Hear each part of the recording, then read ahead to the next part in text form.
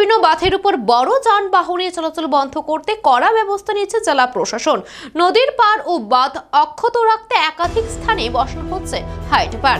প্রশাসনের এই উদ্যোগের ফলে বড় ট্রাক, ডাম্পার কিংবা ভারী যানবাহন আর বাঁধের উপর দিয়ে চলাচল করতে পারবে না। এতে করে বাঁধের ক্ষয়ক্ষতি রোধের পাশাপাশি নদীর তীরবর্তী এলাকায়ও সংরক্ষিত থাকবে বলে মনে করা হচ্ছে। বর্তমানে শহরের ইন্দ্রনগর এলাকায় হাইট বার বসানোর কাজ চলছে। প্রশাসনের দাবি, ভবিষ্যতে শহরের আরো গুরুত্বপূর্ণ বাঁধ এলাকায় একই ধরনের ব্যবস্থা গ্রহণ করা হবে। স্থানীয় বাসিন্দারাও প্রশাসনের এই পদক্ষেপকে স্বাগত জানিয়েছেন। তাদের মতে দীর্ঘদিন ধরে ভারী যান চলাচলের কারণে বাঁধের ক্ষতি হচ্ছিল। নদী ও বাঁধ রক্ষা এই উদ্যোগ কতটা কার্যকর হয় সেদিকে এখন নজর সকলের।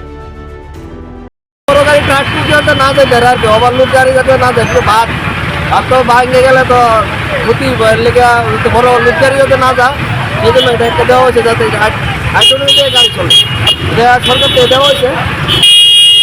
এখানে চন্দ্রপুর আছে একটা আর এদিকে কোনো অবদান আছে। এটা বড় ব্রিজ সংলগ্ন বাঁধ।